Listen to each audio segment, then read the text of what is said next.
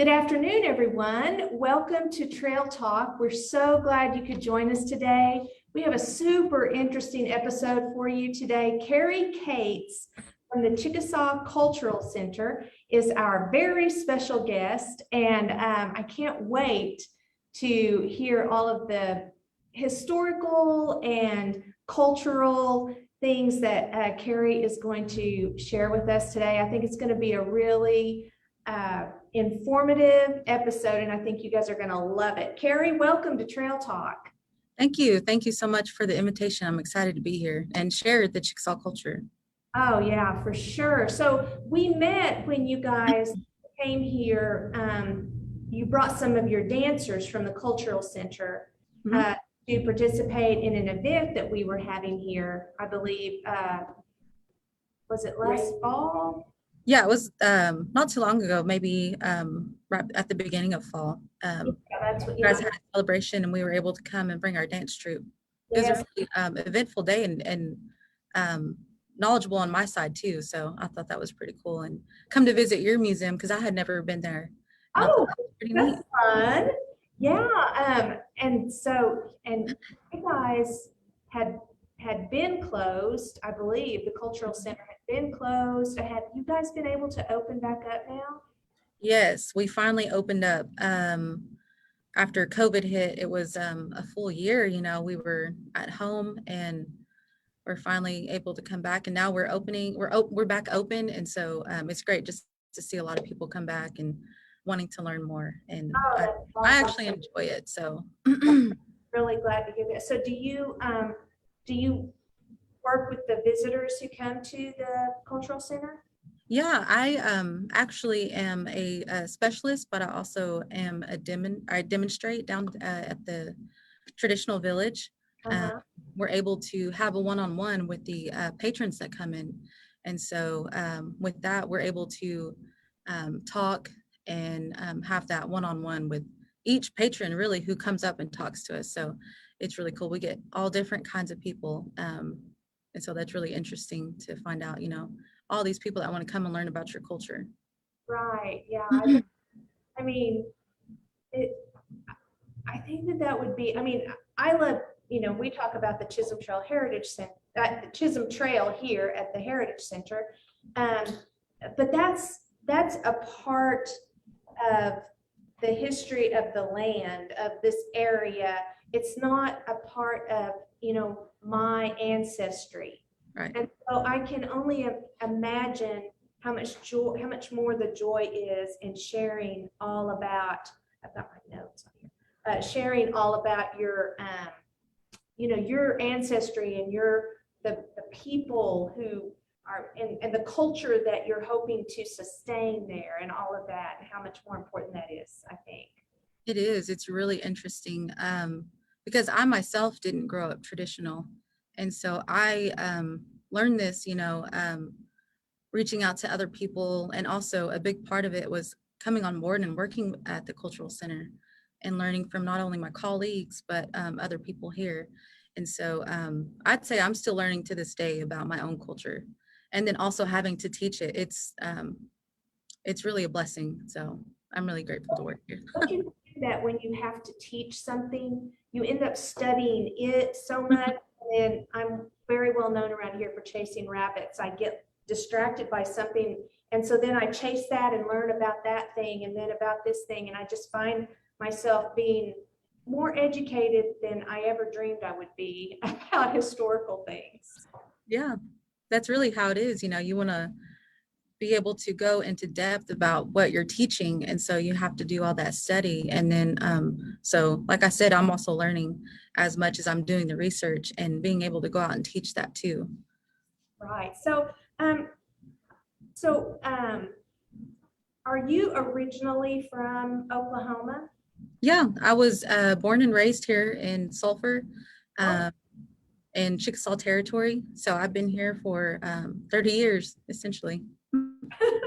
All right. So where were the Chickasaw people, where did they live before the 1830s when they were moved to Indian Territory? What part of the United States are the Chickasaws from originally?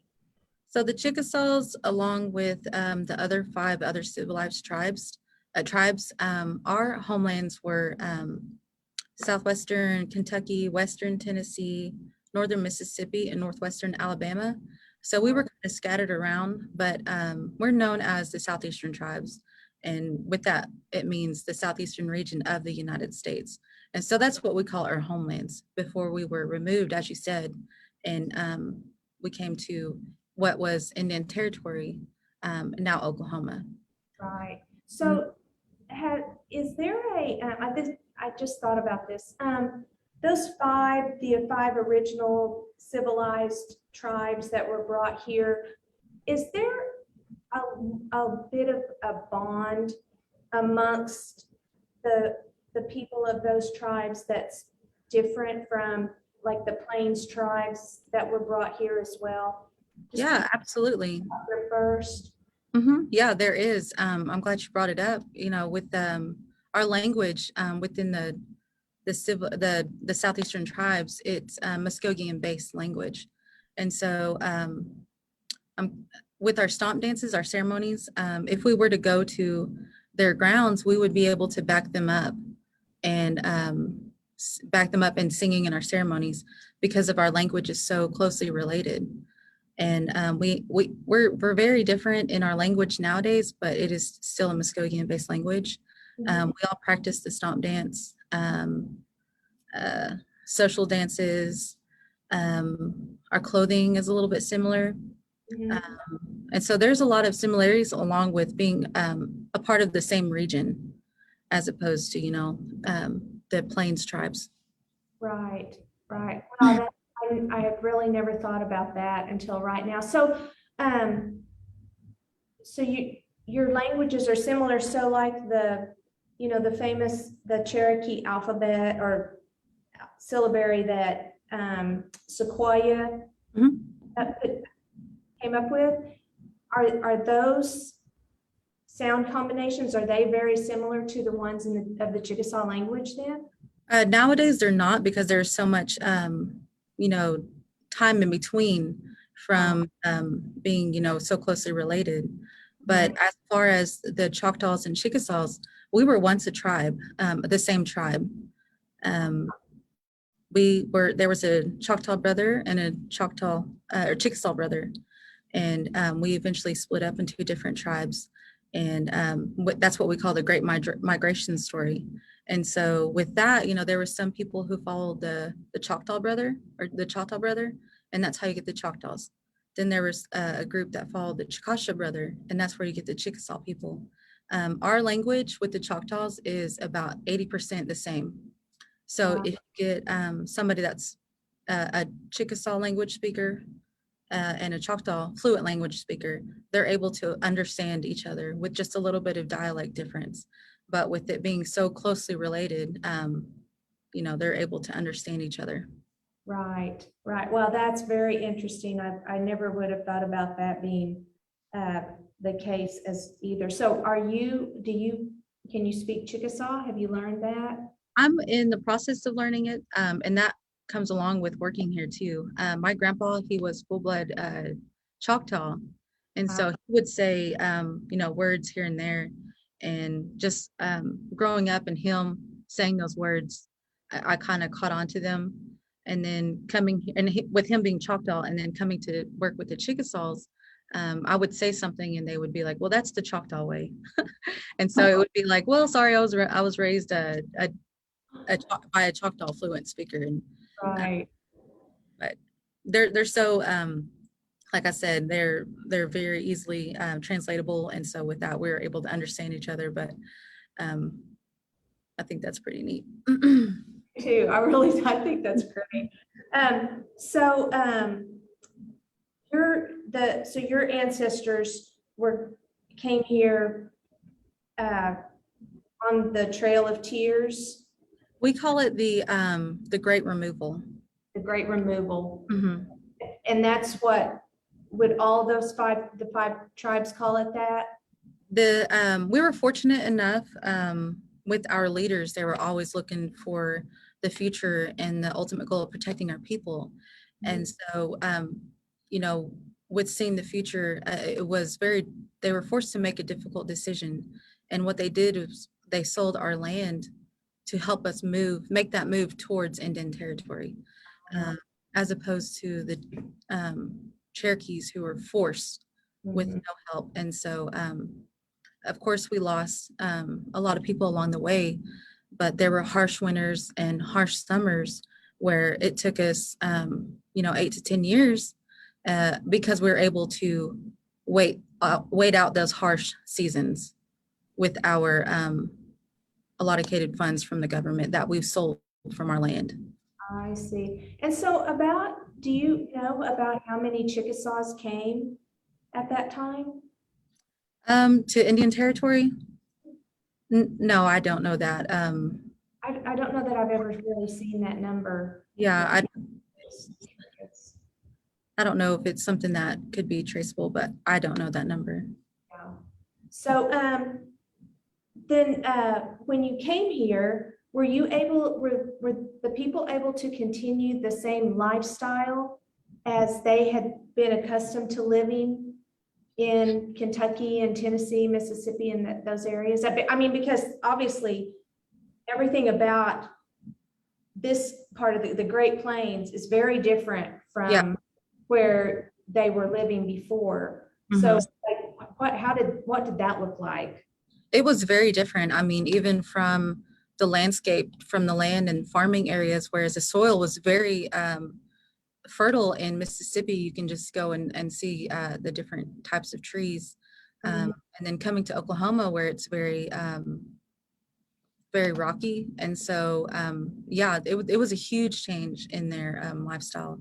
And on top of that, the government wanted assimilation. They wanted to essentially wipe away the, for lack of better terms, the Indian term. And so with that, that came about boarding schools and all the other difficult, what you're taught in school. So it was a lot to maintain the same lifestyle that they had. But of course, it wouldn't, we still wouldn't have what we have. We wouldn't have our culture if our ancestors didn't keep and hold on to our traditions. So on top of trying to live this new lifestyle, they kept and held on to our traditions and our culture, our language. And so that's something that I think was very important. And, because the show, we wouldn't be here today without them holding on to, their livelihood. Right. I think it's kind of interesting sometimes how, historically speaking, people assumed because Native Americans were not educated in school that they wouldn't be able to understand, things that educated people could understand, as though the intelligence was not there or something. And so, just being able to, like you say, under all of the very harsh circumstances that they were forced into, but just knowing that they had to hang on to what they had grown up with right then. They had to hang on to that in order for it to maintain itself, for you guys to be, for the Chickasaw people to be, what you are today. And I know that you have like a kind of there's a government set up. What kind of, like, how would that be described among the Chickasaws? Okay, so our tribal government, it was modeled after the federal government. And so today our registered voters, we elect a governor and lieutenant governor to a 4-year term, as well as tribal legislator and Supreme Court. And so much like the president and vice president of the United States, the governor and lieutenant governor run as a team. Uh-huh. Under them, we have, executive department, legislative department, and our judicial department. And they run very much like the Constitution. The governor's duties include the day-to-day operations of the tribe, as well as signing official documents and appointments. The governor also shares in the lawmaking process through recommendations made through the tribal legislator. Mhm. They basically work as like the U.S. presidents with staff and cabinet members to help guide the many departments within the tribes. Uh-huh. And so the legislative department registered Chickasaw citizens. They vote to elect 13 members to the tribal legislature, and they serve 3 years term, three-year term of office. And then under the judicial department, there are 3 justices who are also elected on the tribal Supreme Court. They perform constitutional duties like the U.S. Supreme Court does. And then our first constitution, it was ratified, or it was separated from the Choctaw Nation in 1856 in Good Spring, which is in Tishomingo. And so that, and then the new modern one was ratified in 1983. So that's, not too far away from where we are now. Pretty recent, actually. Very recent, yeah. And so our elected government officials are the governor, lieutenant governor.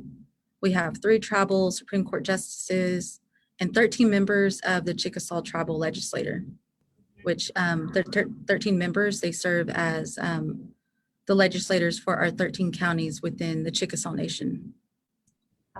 Okay, and are those counties different from counties that are Oklahoma counties?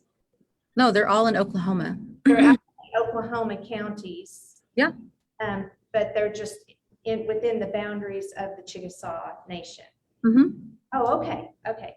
And so how long has that government structure been active?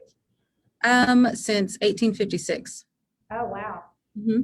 So that's tried and true then. That's a yeah, it's really something you don't think about how far along it's been.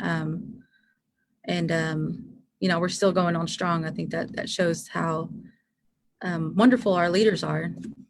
Right, exactly. I mean, I think that was kind of my point earlier about in 1856, there were people who had moved here from the original lands who were still living, and I'm sure part of decision making and leadership within the Chickasaw people, and so I just feel like that is the evidence that you don't always have to have some kind of book education to understand that government, there are rules, and there should be rules, and there should be offices, and ways to select people for those, just all of those things. I think that's really interesting. Right. It's a good point, I think, to make that those kinds of systems are there. Was there a form of government before? Yeah, there was, absolutely. So we had a chief, essentially we had a peace chief and then a war chief. And then with those, we had the warriors along with them who would come along and make decisions together. There wasn't a time where the peace chief did not come to the war chief, and they would always try to work something out before it would essentially go to war. Wow. So, and you guys lived peacefully with the other Native American peoples that lived over in that same part, the eastern part of the U.S.? And in the southeastern part, yeah. Sometimes there was a little bit of warfare. The Chickasaws are known, and I like to say still known, as unconquered and unconquerable. With that, we were very fierce warriors. But of course, we try not to. But with that being said, if there was somebody coming into our hunting grounds or trying to get our water rights, that was something that we tried to go try to protect. Kind of Right, like if somebody was to come onto your property, you would try to protect that at all costs. right. And so what type of um, homes were your people farmers before they came to Indian Territory? Or- Yeah, absolutely. We were farmers, and we were also gatherers. We were not nomadic. We stayed in one place. We had different areas where we had 4 different areas where we would hunt and different areas where we would farm our land. So like I said, we were not nomadic. We stayed here. And this was before coming to Indian Territory, in the southeastern parts. Right, right. So when you you mentioned people who are eligible to vote and be a part of the Chickasaw Nation, how is that determined?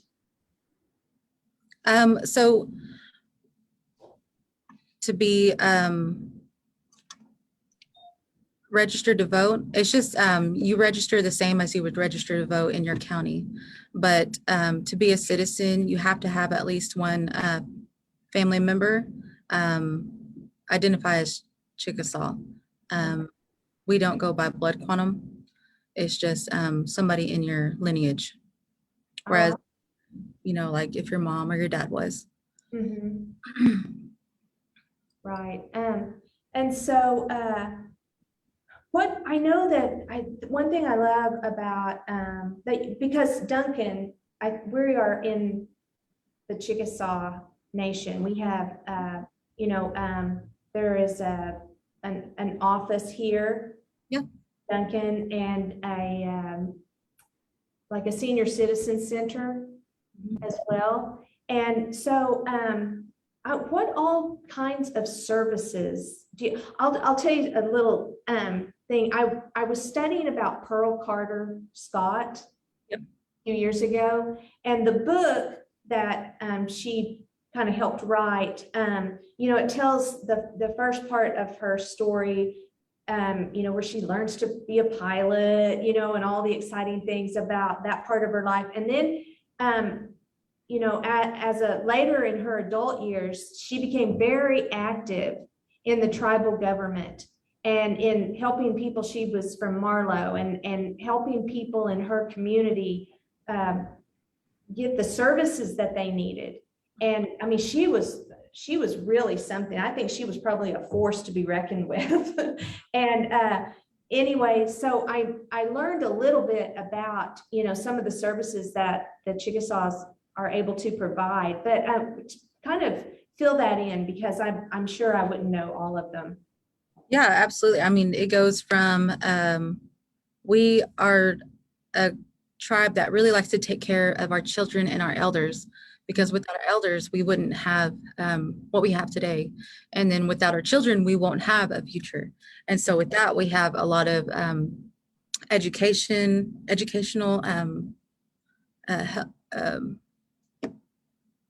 I'm a lost for word, but a lot of educational programs. There we go.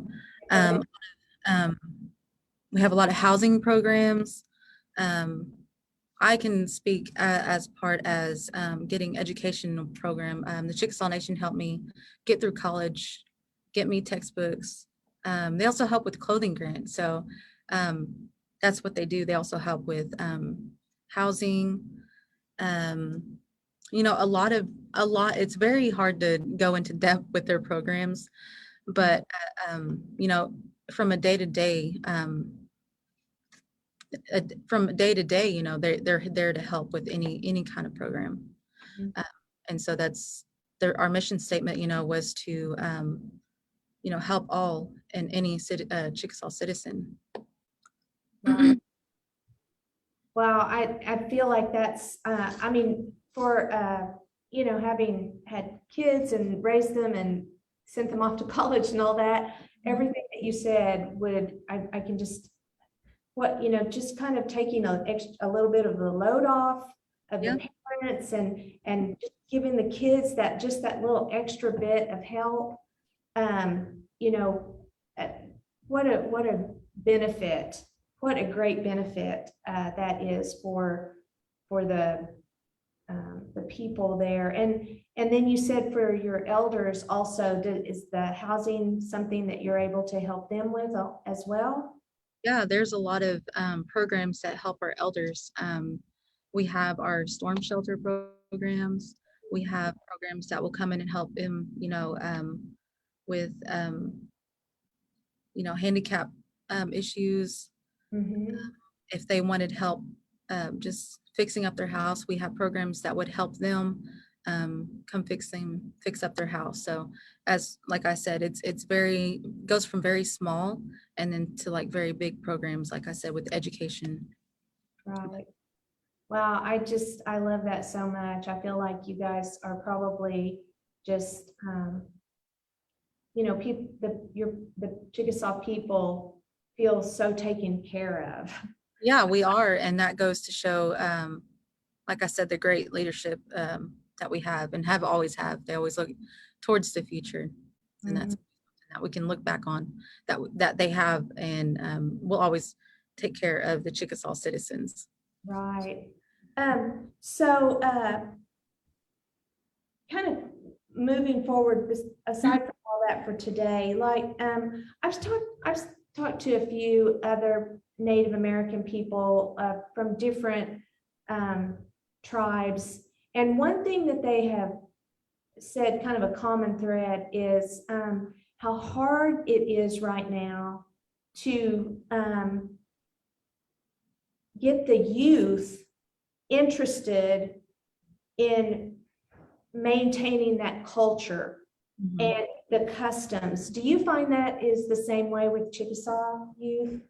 Um, Seeing it from a day to day, I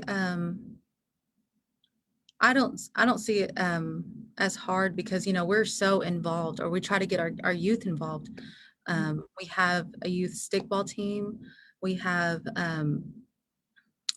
we have programs that we go out and teach. Say like we have stomp dance classes that we go and teach, and we want our youth to come in and learn that. And we have the youth that we go to schools. We do a lot of outreach programs, so we go to schools and we're able to share our culture with that. We have a lot of online classes, Zoom classes, and yeah, we see a lot of youth in there. And I think that we like to direct our programs to youth to get them involved.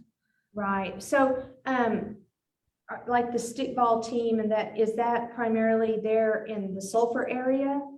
No, we actually have um, a lot of we have stickball practices and programs in each area.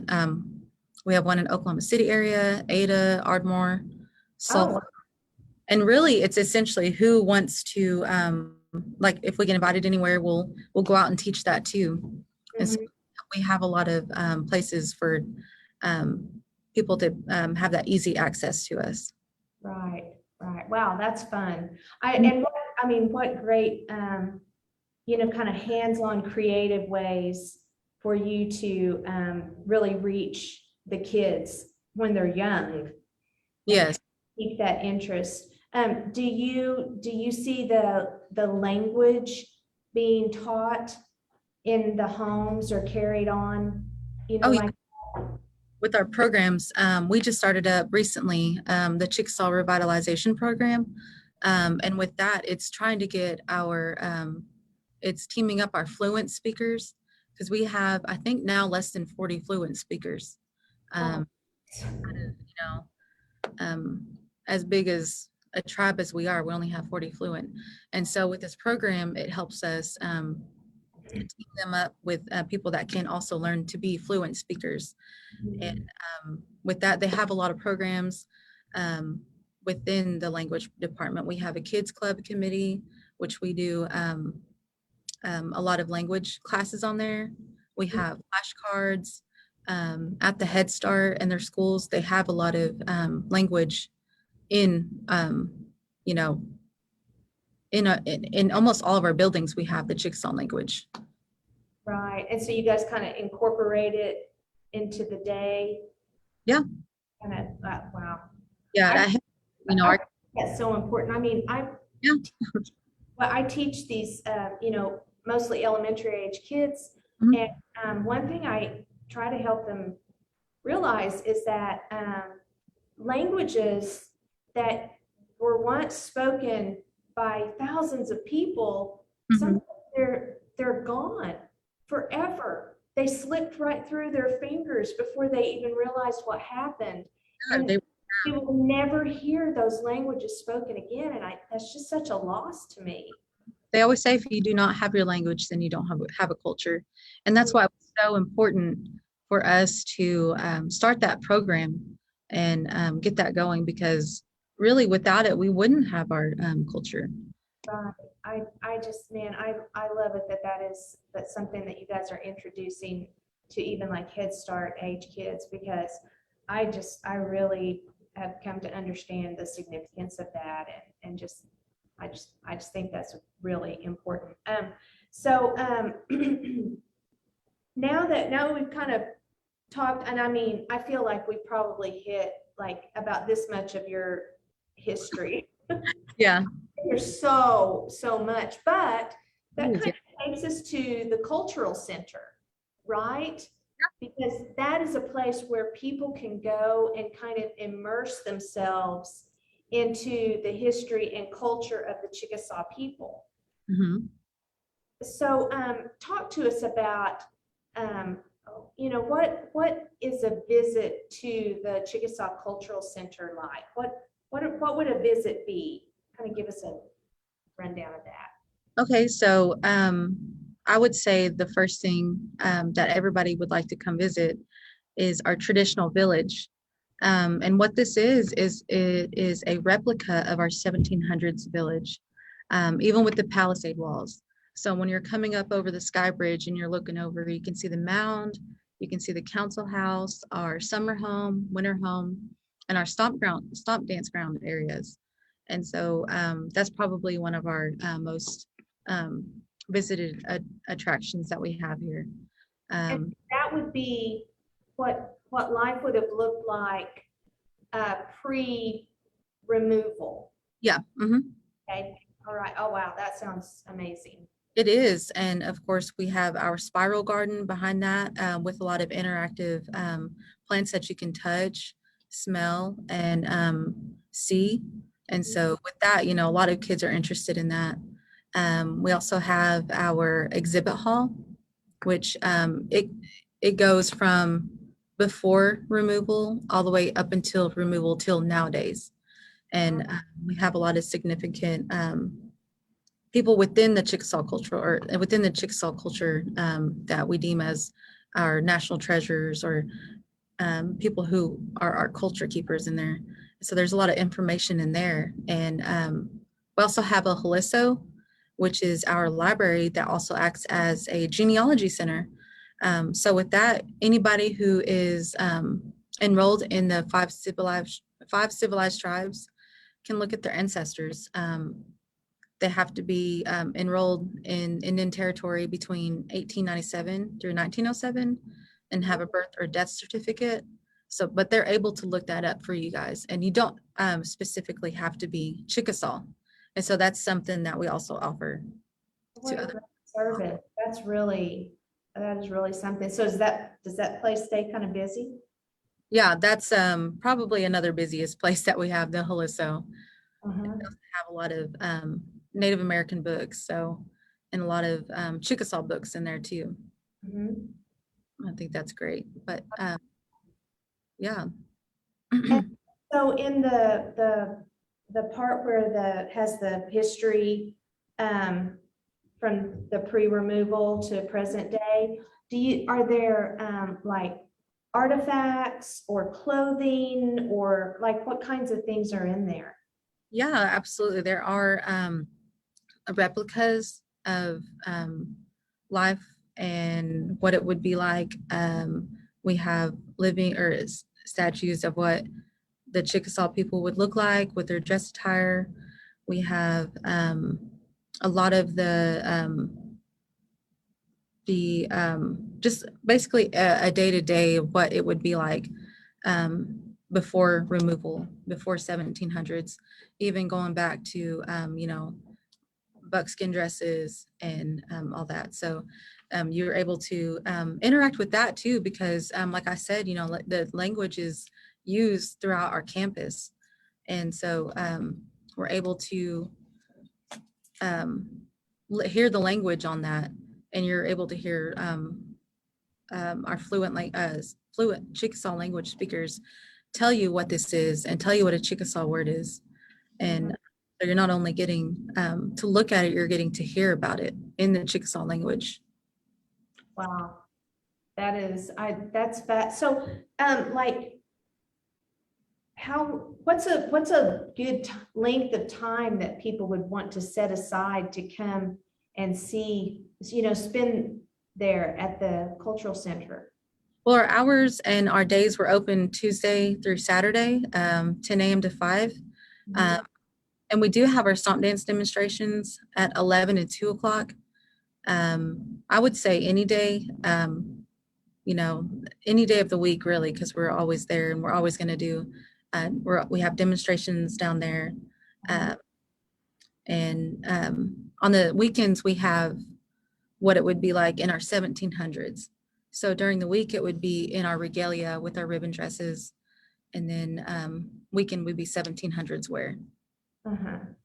But they're both, something really cool to see. Like I said, we have our stomp dance at 11 and 2 o'clock. Right. Wow.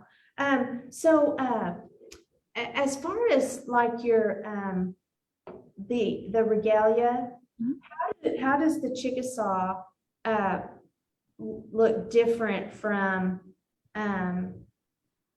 like an early episode of Trail Talk? We had some fancy dancers and some, I can't remember. Do you remember what the dance was the women did? Really? Okay, I can't remember, but they were Kiowa. So I know that there's a difference, there's a distinction that the different tribes make by their regalia. So what would the Chickasaws look like? How could I be able to tell? So Chickasaw regalia. With the regalia, our ribbon dress was modeled after the pioneer tier dress, which has an apron and a yoke. I don't know if you could see the yoke. Oh, okay, yes, like what you have. And so traditionally the yoke was squared out. And so nowadays just this is more of the common look. We have ribbons at the bottom of our dresses. Ribbon work, is in a lot of Native American regalia. Right. Sometimes you can tell the difference, whereas you could see the difference with the Seminoles. Sometimes they may have their clan on there if they know their clan. Chickasaws usually just do their colors and just what their preference is, really. But like the Seminole dress, their yokes are a lot longer. The Choctaw dresses, they have the same yoke. It just has Choctaw diamonds right here on the edges. Okay. And they would have 3 tiers at the bottom, like the ruffles. So that's one different distinction from the Choctaws that we have. We just have one, or usually just a straight skirt. Okay. But with ribbons at the bottom of it. Yeah. Okay. And what about the men? What do they wear? The men usually wear a ribbon shirt. Usually the best way to describe it is like a dress shirt. And then they have the ribbons across and ribbons hanging down on the back, which can be, either the clan colors, or nowadays it's just really up to what your preference is. Right. And So how is that, the clan thing, how is that traced back? It Like, how- was back through the matrilineal lineage. So whatever your mother or your grandmother's clan was, that's the clan that you're in. Okay. With removal and assimilation, the Chickasaws, most of the clans got lost within that, and some were able to hold on to their clan because it was passed down oral. It was a oral tradition that you passed down on. So that's not something you can really go back and research. Right. But now, if you know it, you're very fortunate to know it within the Chickasaw Nation. And this is something else. Just I kind of in my studies, I've noticed that there are some Native American tribes had kind of, I guess, call them like an English name. Was that something that the Chickasaw people have been doing before the removal, or were they forced to take new names as part of assimilation, or how did that work? I think, are you asking like with their, I guess I don't really know what you mean. Well, like I was, we had a lesson yesterday on Trail Talk about these famous homes in Oklahoma, and one was belonged to a Cherokee family, and they were related to their chief, John Ross. Mhm. Well, John Ross sounds like an English name to me. I'm wrong, but that, and so, and that was his name before the Trail of Tears for the Cherokees. So that's why I was curious about the Chickasaws. Did they, I don't know when that name thing, came about for Yeah. people. And I'm just kind of being curious. No, you're fine. I know that within the Dawes rolls, some would change their name on there to sound more English sounding. Of course, coming to Indian Territory, there would be more English names because there would be more intermingling with the Europeans. And Right. that's where you get those different kinds of names too. Okay, yeah, that kind of makes sense. But it's just it's interesting to me how some people were able to carry on a more traditional sounding or Native Americans, native sounding names, Mhm. and then others. So I don't know. It's just it's all very interesting, and it's very it seems like. Well, for one thing, I love that like the Chickasaws have been able to maintain an identity as Chickasaws, and Comanches maintain, or the Choctaws, the Cherokees, that there is there's that tie to your history, um, but that at the same time, everybody gets all chunked together, and you're having, like you said, the Dodge rolls, you're having to write names down on something, and so you're kind of feeling pressure to kind of change and come up with something different. And I don't know, I just feel like it's just it was all messy. It was just a messy kind of thing that had was just, but then on the other side of it, how like the Chickasaw Cultural Center is this great source of history and culture that even someone like me who is not Chickasaw at all, but I could go there and learn so much. And Yeah. for you to be able to keep that identity alive, I really love that. Yeah, it was not something that our ancestors were willing to let go of our culture. So that's what I'm really grateful for, is that they're able to hold on to that, even in the midst of all the chaos, and all the turmoil and assimilation. They were able to hold on to that. And, we're still here today. We're still alive. Right. And Right. Like really, really thriving, Mhm. like it's so organized and just everything seems so well thought out and planned. And, I just feel like that, the future seems very bright and endless for the Chickasaw people because of all the work that's been done in the past. It's wonderful. Yeah, it is.